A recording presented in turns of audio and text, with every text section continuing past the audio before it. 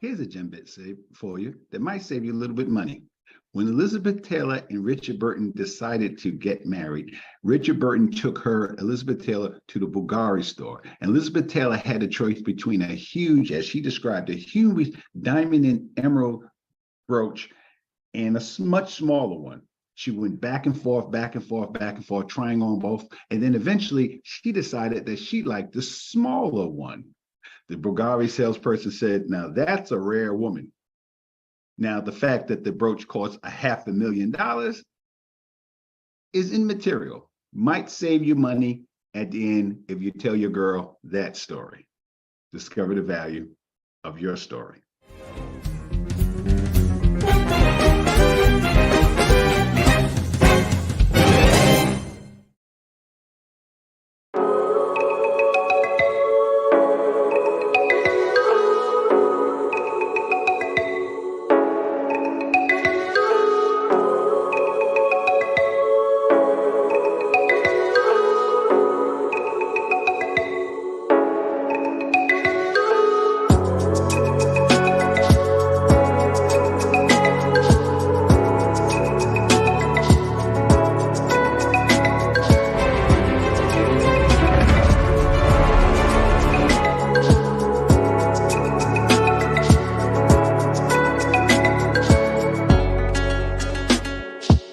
Increase. So this award lets me know that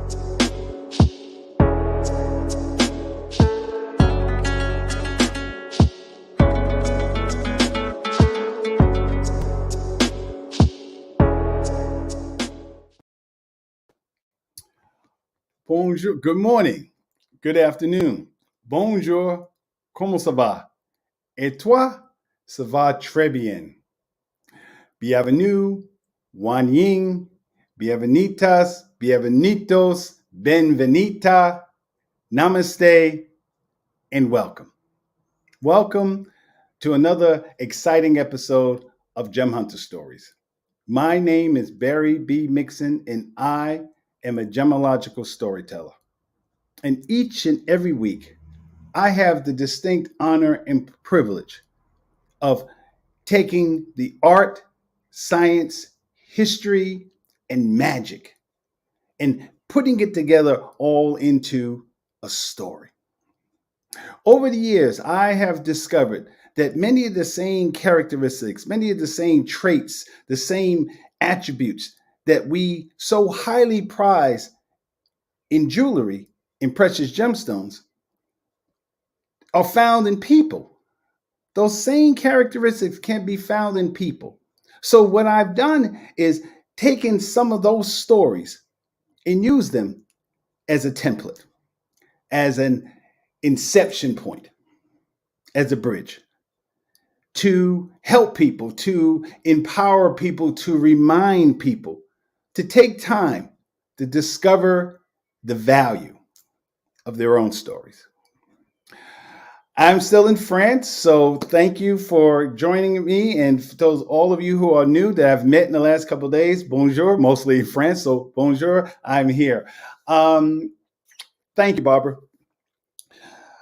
I decided to name this episode Gemstones, France in the Symphony of Science, History, and Magic. Art, Science, History, and Magic, because as I tell you each week is like a new adventure for me. When I finish a show last week, I kind of have an idea of where I want to go. I kind of have a basic direction. I knew this month was emeralds, so I wanted to talk about emeralds. But what's been happening literally for the last 3 years is that something along the line, something during those 6 or 7 days, I will experience, I will read something, I will see something, I will hear a piece of music or watch a television show, a movie, and which makes me see the whole concept of gemology different. But most of the time, it's usually people. Something will happen. I will meet something or meet someone, or someone will come into my life and make me realize what gemology is on another level. And this week, unfortunately, something sad happened.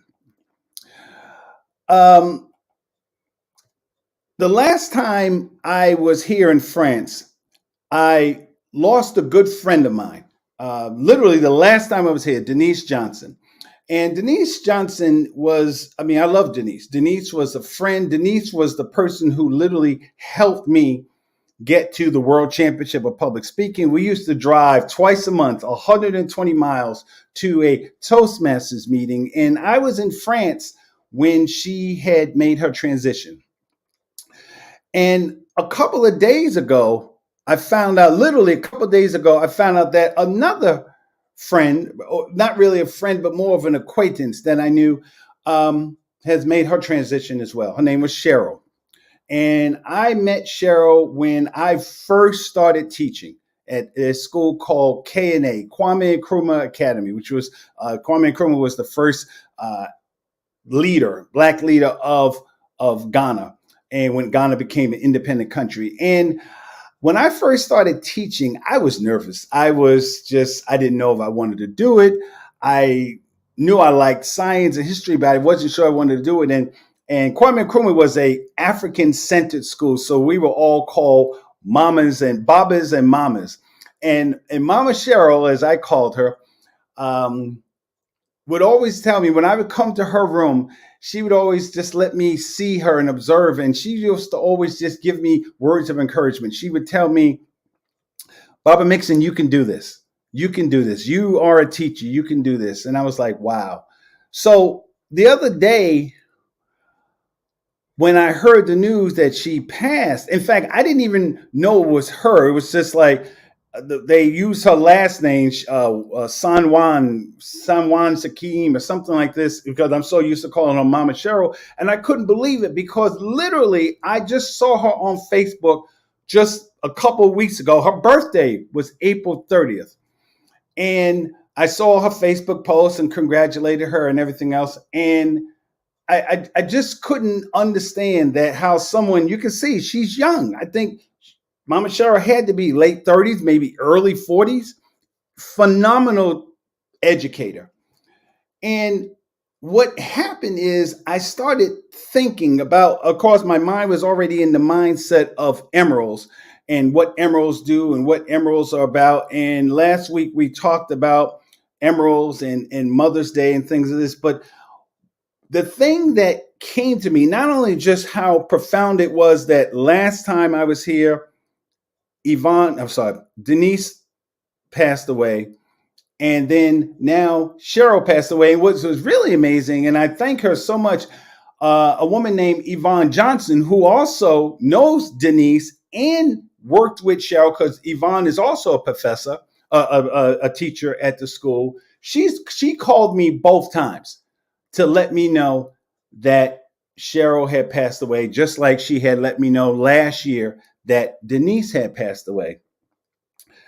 And what got me to thinking was the one thing, no matter how much I may talk about gemology and making the analogy between gemstones and precious metals and people, the one thing that we don't have is time. We don't have time. We don't have time to really, we are different than gemstones. This gemstone, this emerald, is at least 2.9 billion years old. 2.9 billion years old.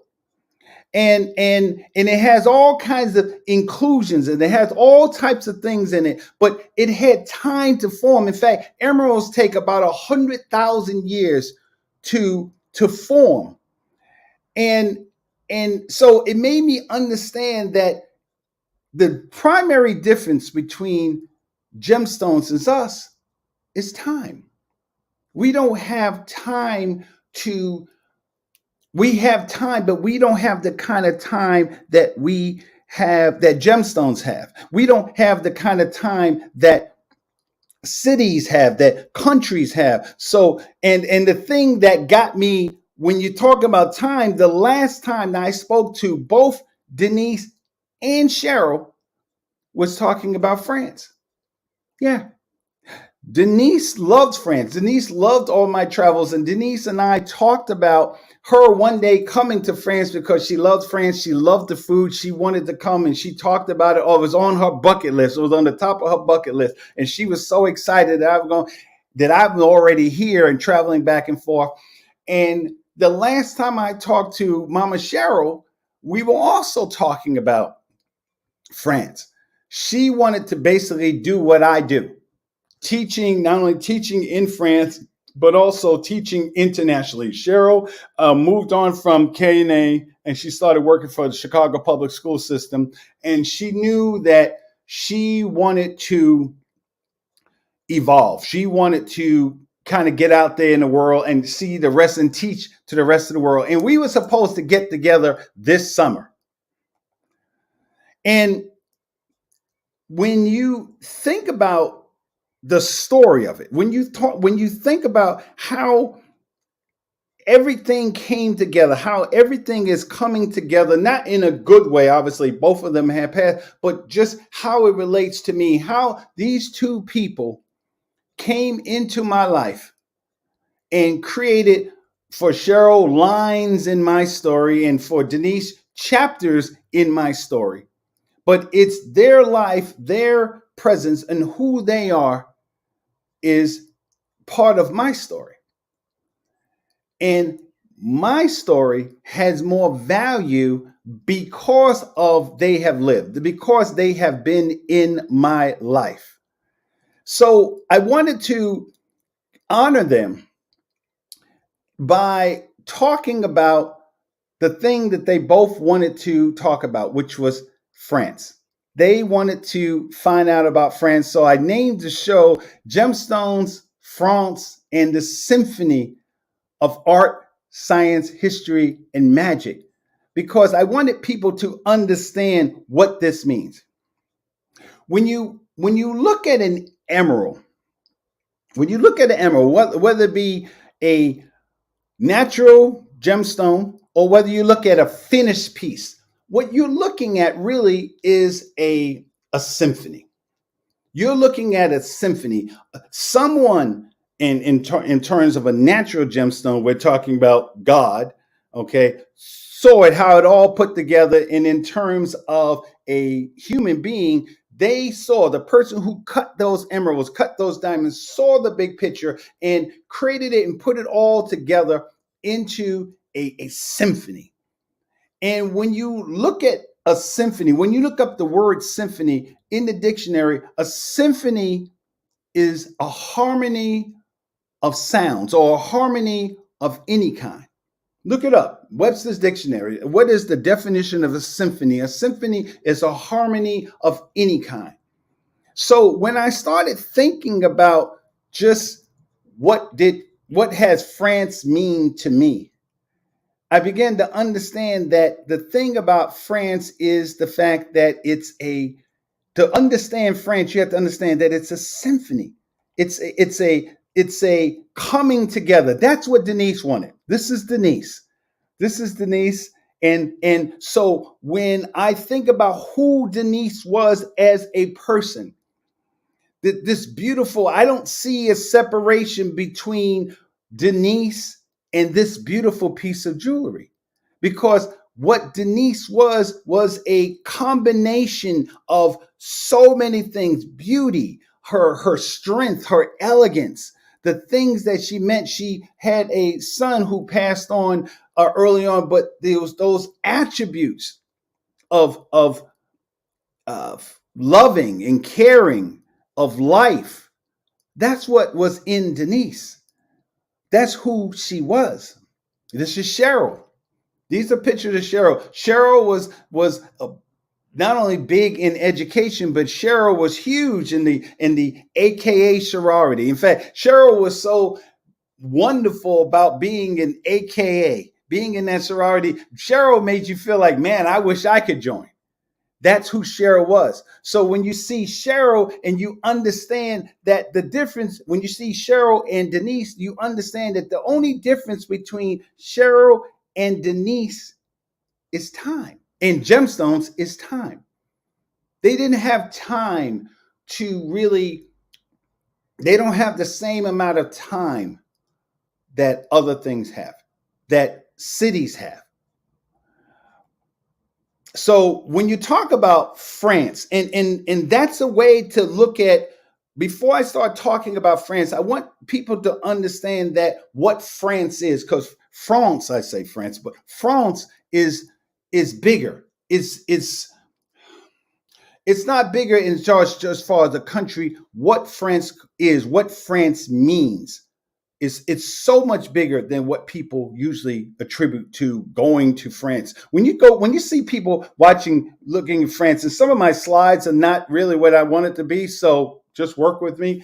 When people talk about France, they usually talk about the city of Paris. Well, here's a gem bit. This is Paris right here. What you're looking at is Paris.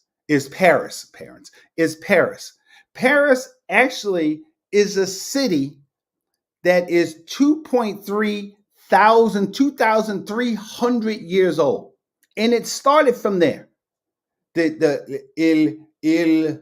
Isle de Cité. I can't remember off the top of my head, but the Isle de Cité. France started from there. It started as a Roman settlement 2,300 years ago. So if you're going to talk about France, you want to talk about France, that France is more than the Notre Dame. But Notre Dame is important because in order to understand Notre Dame, you have to understand that this structure, this cathedral, Cathédrale Notre Dame de Paris. That's the whole title. Cathédrale Notre Dame de Paris. This structure was built in the year 1135. It wasn't finished until 1365, 182 years that this structure was built. That it took to build the structure. And then, of course, it lasted for the last 800 years until it caught on fire. It's still there, but it caught on fire April 14th, 2019. I was there for that. So if you understand, if you are looking at this structure, you want to understand, where did it come from? How was it made? What process did it take to make? Just like a gemstone, just like Cheryl, just like Denise. Understanding the story.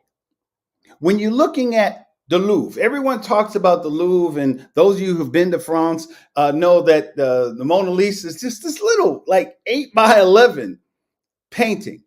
And it's so amazing when you go into the Louvre, you go on these lines, and there's all these signs that says go this way, go this way, go this way to the Louvre, go to the Mona Lisa. Mona Lisa this way, and you get all excited after you stood on line for God knows how long. And when you get up there, there's the Mona Lisa, this small little painting. You're like, that's it, that's it. But yet, 19 million people visit Paris every year. Every year. And part of the reason why they go is because they want to go to the Louvre. They want to go to the Cathédrale Notre Dame. They want to go. And it's all, and what gives those two structures their value is what? It's the story. It's the story behind it. What does it mean? And from that story comes the value. Comes the value. This is in Lille. This is in Lille. This is so. What I want to do is get people to understand that when you visit France, when you visit anywhere in France, France is a magical place. France is something that's just really, literally unbelievable as far as just, and I've been in a lot of cities all over the world, but there's something magical about France. You know, I started going to France in 2015. 2015, and tell you the story. Another thing I wanted to do is tell you the story, because a lot of people don't know how I got here. I started I was a Toastmaster. I joined Toastmasters in 2009, and I went to the World Championship in 2012. So I had done a speech in this club, Toastmasters club, called Francophone Toastmasters. It was a Toastmasters club that was part English speaking, part French speaking. So I thought that would be a great place for me to go. And I met someone named Jonathan Botan, and Jonathan he loved my speech. In fact, that was the time when I created the Creating Your Symphony speech, 2010, 2011. And so I met Jonathan, I think 2013. And he gave me his card. You know how someone gives you a card and go, here, here's my card. I have some students. I run a school. Maybe you can come speak to my students. And I was like, okay, that's cool. 2 years passed. 2 years passed. And he called me up one day just out of the blue and said, hi, my name is Jonathan Botan. You remember me? And I was like, no. And he said, well, I'm the guy that owns the school, and I spoke to you about speaking to my students. And I was like, oh, okay, cool. And he wanted me to speak to his French students. He had about 100 French students. And this was literally like my first or second paid speaking engagement. So I was excited, but at the same time, I wasn't nervous yet. I was just basic nervous, but I didn't get nervous until it was going to be held at Roosevelt University. And as I was going to the school, I saw young people walking towards the school. I knew that they were students. And as I got closer and closer to the entrance and got into the school, I noticed that these people were speaking French, like real French. And at that point, my je parle français, I knew croissant, I knew merci, I knew French fries. No, I'm only kidding. But my French was very limited. So I'm standing on this elevator with all these French people around me just talking. I'm thinking, oh my God, what am I going to say? What am I going to talk to them about? And so I had an hour-long speech. I had to give an hour-long speech, and they liked it. And then a couple of months went past. I did several speeches, and a couple of months went past. And then Jonathan took me to dinner one day and said, I have a proposal for you. I'm like, what's that? He says, how would you like to go to France? And I remember thinking to myself, okay, I got to be cool. So I was cool. I was just like, okay, going to France. All right, that's fine. All right, you know what? Let me go to the bathroom. I'll be right back. When I went to the bathroom, I turned into like a 9-year-old kid. I was like, oh my god, I'm going to France. Oh my god! I was calling people and everything else. Just I can't talk to you right now. I'm going to France, and I came out. Well, that sounds pretty good. And then next thing I knew, I was in France, speaking in front of French people. And when I got to France, the first thing, and you got to understand that this France is the second most visited city in the whole world. 19 million people go to France every year. And France, so what I want to do is I want to talk to you in terms of what the Gem Hunter is about: art, science, history, magic. So first of all, my slides are not working today. I don't know what's going on. But anyhow, it's okay because it's a part of me. So let me just talk about the art of France. When you look at a gemstone, I always say every show, the name of my company is the Gem Hunter, Gemological Appraisals and Storytelling Services, art, science, history, magic. So let me talk about the art of France. When you look at France, the whole entire country is art. Everywhere. You're talking about a country, you're talking about a city, you're talking about a country. Now, just to let you know, France itself is only 64 years old. Now, let me, some of y'all are like, what? France has different levels of the way their government was created. So France itself, at least the geographical area of France, it was called Francia. Francia, way back. I'm talking about Paleolithic. Well, people were there during the Paleolithic, caveman days, and then the Romans annexed the part of that little island around 53 BC. So France itself, what the area we get is, of course, thousands of years old, but the city itself, the country, went through the different evolutions of their government. So right now, France is what's called the Fifth Empire, the fifth French Republic. And of course, the first French Republic was under Napoleon. So before then, France was a monarchy. And so there was there were serious differences. Napoleon the First was the first republic. Napoleon the Second there was another period of was a second republic, and then of course Napoleon Bonaparte the Third had the third republic. So so when you talk about the art of France, you're talking about a country where every part of France is breathtaking. There's no buildings that can be allowed higher than the Eiffel Tower in France. So this is literally, the light is different. When I talk about interacting with the light, you have to understand that when you go to France, if you're a photographer, if you like artwork, if you like just seeing the way light hits buildings and flowers and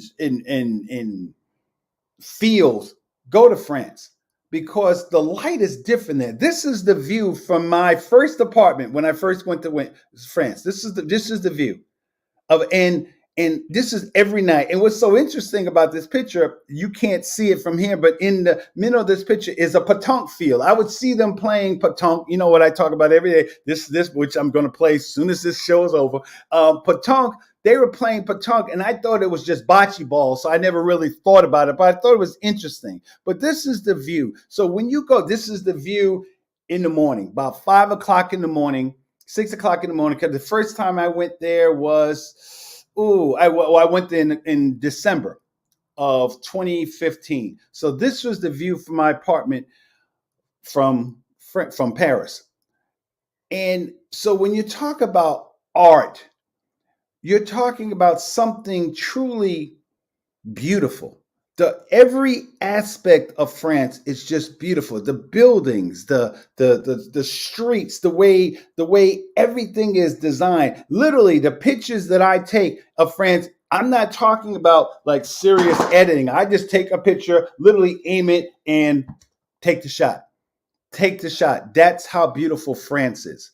That's how when you talk about art, you're talking about not just the art that's in the Louvre. You're talking about every street, the sidewalks, the way the streets are designed, the food, the architecture, the even the things in your house, the way the toilets are designed. You go into France and literally buildings that are 100, 200 years old have a whole completely different design. And so to me, when you go to France, if I was talking to Denise, when I talked to Denise and talked to Cheryl, the thing that I told them about is the first thing I told them is the art of France. What art means when you talk about France, you're talking about the place where not so much art was created, but where art all came together. And it's a beautiful thing. And we'll talk more about it when you come back from the other side.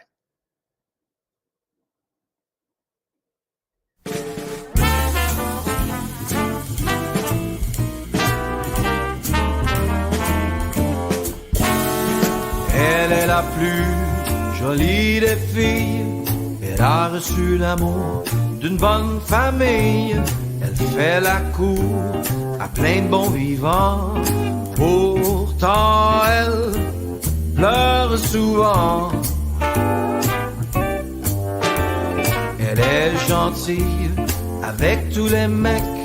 Elle se rhabille, leur donne un bec. Femme de flamme, femme de chaleur, mais elle a froid dans son cœur. Elle rêve qu'elle rencontre une âme sœur, un homme qui lui donne tout son cœur, qui ouvre sa coquille pour mieux la voir. Thank you, Barbara. I remember some of those pictures.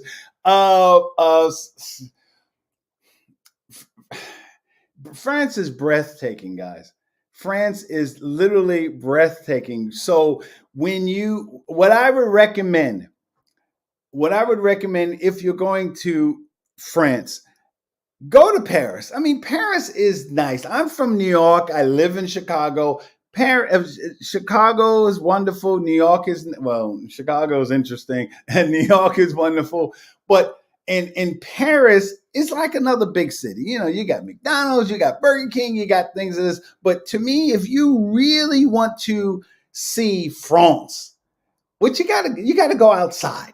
You got to go outside of France. You got to go, and I'm not talking about way outside. I'm talking about literally just in the close suburbs of France to really explain. Yeah, this is what the Louvre looks like. And so you like long lines. It's like Disney. You know, you go to Disney and you like long lines that will go 1-2 hours. Okay, yeah, go to Paris. But if you really want to understand the beauty, the art of France, you got to go outside of the city. You got to go outside of Notre Dame. Again, the reason why when Notre Dame burnt, the thing that got me because I was at a club literally maybe a block and a half away from Notre Dame, April 13th, 2019. And it was a beautiful evening. In fact, I think I took this. No, I didn't take this picture. I took this picture maybe 2 days before. And it was beautiful. It was just the light, the way the lights are coming on. And I said to myself on that night, April 13th, as I was leaving the club and Notre Dame was right there, I said, you know what? Tomorrow I'm going. I don't care how long the lines are. And the next day, I had to go to a Notre Dame, of course, has been around for 800 years. I had to do a speech at a cathedral in a suburb city called Évry. And Évry, and I'll do an afterthoughts on this show to show you some of the pictures. Évry is the last cathedral that was built in France in the 20th century. And I remember asking the woman, what does she prefer? Because she's French. What did she prefer? Did she prefer Notre Dame or the Cathédrale de Évry? And she was like, Évry is better. And I was like, really? Oh, okay, cool. And then when I went home and went back to my apartment, turned on the television, Notre Dame was on fire. Notre Dame was on fire. So, and the thing that I remember about Notre Dame catching on fire, because I put my bag down, went back out. Of course, the trains were crazy. It took me a while to get back. And what I remember about the day that Notre Dame caught on fire was there were thousands and thousands and thousands of people there. And you could literally hear almost a pin drop. The only thing you heard was people crying. People crying. Not even just a bawling kind of cry. They was just sobbing. Men, women, young, old, just sobbing because that's what art means in France. It's more than just a painting. It's in everything they do. That's art. That's what art is. So when you're thinking back in terms of a gemstone, we're talking about emeralds. And I told you that for the Incas, especially for the Incas and the Aztecs, an emerald was more than just a gemstone. An emerald was where their gods lived. The light that comes from an emerald was what was inside. What was inside a gemstone was their deities, was their gods. That's why when the conquistadors came, they gave them the gold, but they wasn't going to give up emeralds. That's what art is in France. So when we talk about the science, again, I'm just working, these slides are not exactly, but I'm just telling you what this is. You know what the N stands for. Napoleon. People talk about, when we talk about an emerald, let's go back. When we talk about an emerald, we talk about a basic structure of aluminum, beryllium, silicate, right? The basic structure with a hint of chromium. And that's what gives it that color. That's the science of what an emerald is. Now, just extrapolate that. Make that see that how that relates to us. Napoleon was just a regular guy. There was nothing special about Napoleon physically. He wasn't short. Get that out your head. He wasn't short. That whole shortness thing came from, it really was an insult that other countries put on him because, he was kicking their butt. He went to war with them 6 times. They eventually got him on the 6th time, but they literally, it was called coalitions. The 1st, 2nd, 3rd, 4th, 5th coalition. He had to take on the world. And what's really interesting is how much Napoleon influenced Paris. When you think of influenced France. When you think about France, you have to think about Napoleon. And that bridge that he built is like maybe 2 bridges off of the bridge that Louis the 14th made. And Louis the 14th, the Sun King, he created a bridge, but his bridge was kind of ugly. It was just he had to build a bridge, but he built like the most basic bridge he can get because he didn't want to really give the money to the people. Whereas Napoleon knew that the people needed a better way of getting back and forth through Paris. So he created that bridge. And of course, his symbol was on that bridge. Also, a lot of things, one of the things that people don't understand about Napoleon is the whole the whole concept of food really started with Napoleon. Napoleon was the person who created the term that an army moves on its stomach because he understood that the people were starving during the reign of Louis XVI, and of course, Marie Antoinette. The old saying, let them eat cake. Well, she never actually said that, but the people were starving. The people were starving. In fact, I teach in my science classes or history classes with the kids that there was literally a volcano that had happened a few years earlier that blocked out the sun, and it caused climate change. So people, especially in France and Northern Europe, people were literally starving to death. Part of the Irish famine was a part of that. So Napoleon understood from a visceral level that he had to feed the people. That he had to feed the people in order to move to become who he wanted to become. He knew that the two biggest things of France, what was important to France, was wine and bread. Wine and bread. That's what he had to do. And that's what he did. That's what he gave to the people. He made sure the people were fed wine and bread. And 200 years later, thank you, Barbara Holt. And again, I'll put that picture on I'll do an afterthoughts. Barbara Holt sent me a picture, this wonderful picture from 1945, where you have this young woman walking with 6 bottles of wine and a very long as her body is, a baguette. That's France. And what was so cool about that was yesterday, I got a chance to cook at the French bakery. I'll come back to this. Let me go back to the Napoleon. I got a chance to literally make bread at an authentic French bakery, an organic French bakery. And it was just magnificent. It was magnificent to not so much just to make the bread. You know, a lot of you are cooks. I think of my friend Alan Lloyd, he's into cooking things. So it's not about just making bread, but for me, you're talking about making bread. And when you understand what bread means in France, you're talking about life. You can't even think about eating in France without bread. And I don't really eat bread in the United States. In fact, the bread in the United States, I'm sorry, is like cardboard in comparison to the bread that you have here in France.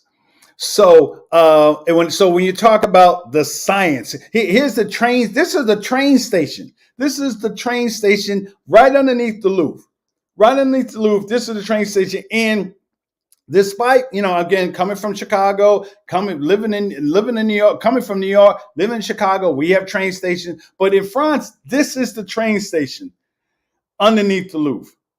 And you literally have $1 million, tens of thousands of dollar artwork, priceless artwork right there in the train station. Science.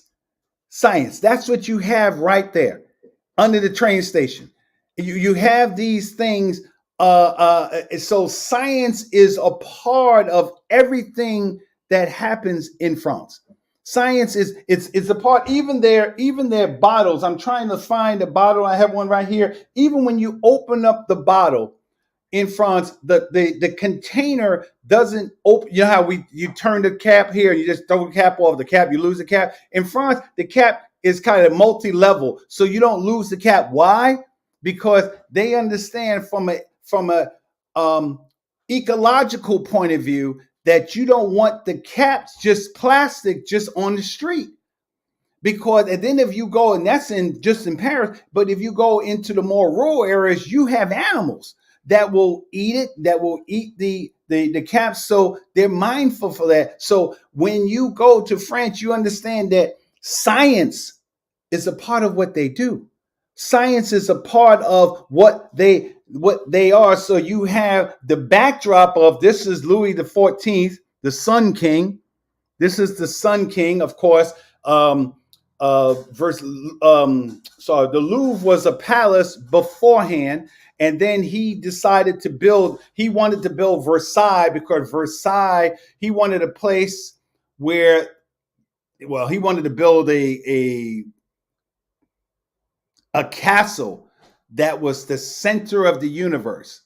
He wanted to build a castle at the center of the universe, so that's why he built it in Versailles. But in the Louvre, you see all kinds of statues of this. So here's a culture that highly prizes science and engineering, and yet with the backdrop of 200, 300, 400 years of history, of 1,000 years of history. That's what you're going to experience when you make the decision to go to France. In fact, I met the gentleman the first time I went to France, the first time I traveled on what's called the TGV, the fast train, you're familiar with in Japan, it's called the bullet train. But the TGV is their version of the French version of the bullet train. And I was sitting, and this is the reason why I'm hired and work in France, because they have a hard time telling a story. I'm sitting next to this very distinguished looking older man, white hair and everything else, very, very French. And we kind of got into a conversation. And as the conversation was going on, I noticed that he kept talking in kind of engineering terms, just the things that he was saying, the attention to detail they had. So I eventually asked him, I said, what do you do to travail? Where do you work? What do you do? And he said, he didn't say he was an engineer. He said, I work on trains. I was like, oh, okay. All right, you work on trains. And I figured I didn't think he was a conductor or anything else. So I said, and this is after a while, we're literally going to Lille, which is like a 2-hour trip at 200 miles an hour. So, it's a 2-hour trip because it's moving at 200 miles an hour. So as we're talking, I realized that he just was very flat. His response was very flat. So I just came out and asked him, I said, okay, wait a minute. You said you work with trains.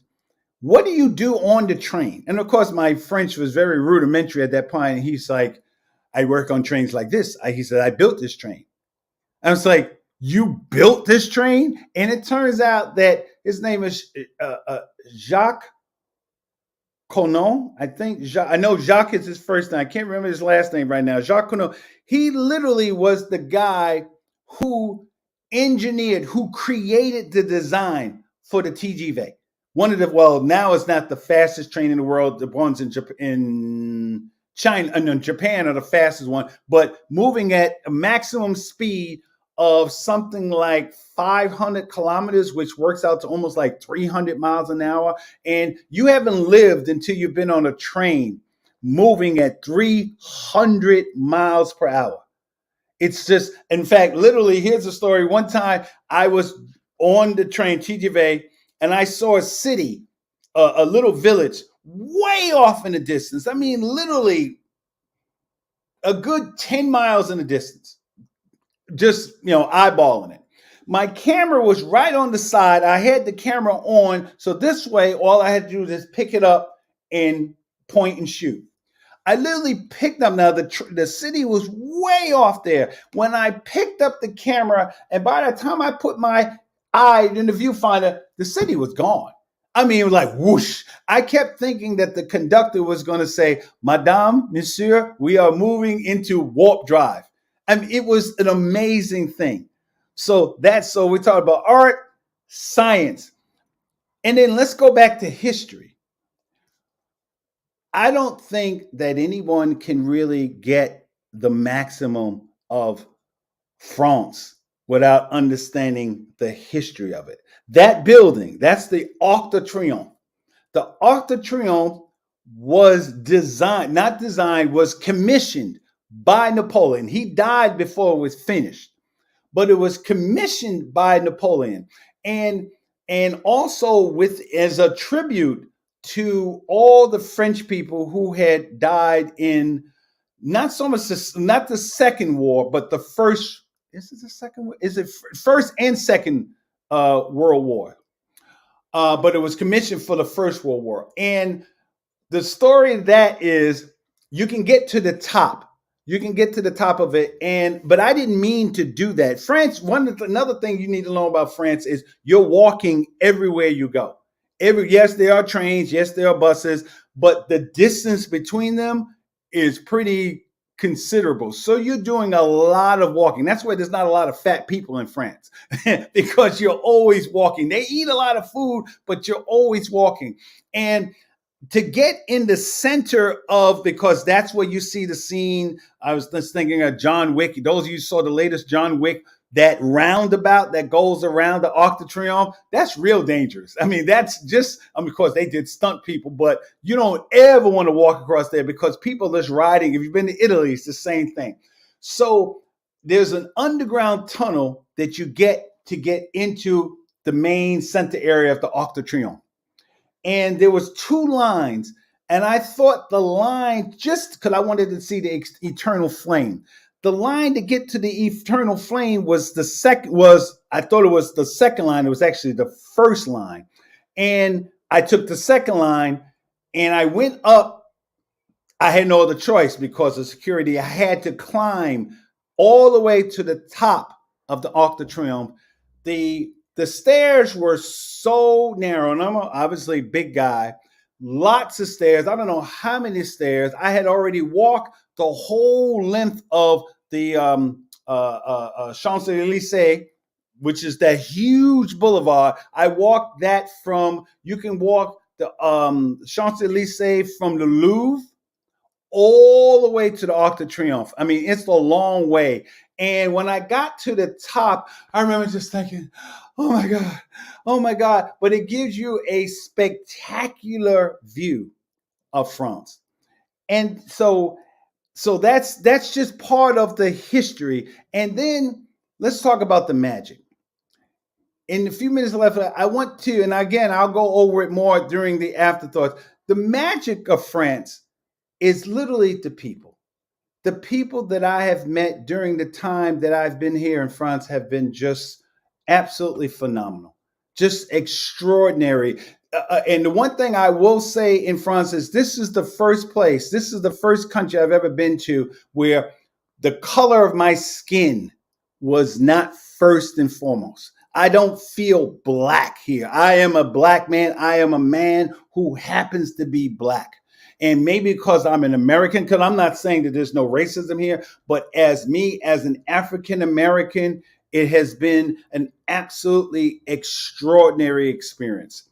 So I hope that this is just a brief. I mean, I've taken thousands and thousands of pictures. Again, later on today, I will post the afterthoughts to the show and show you some of the pictures I wanted to show you today. But I hope that gives you an idea. And this is just a tribute to Cheryl and Denise, and because their question was, what was France like? And I know a lot of people wonder about that. So I hope you enjoyed it. I hope they enjoyed it in heaven. And next week, I already know what we're going to talk about next week. Next week, we're going to talk about the food.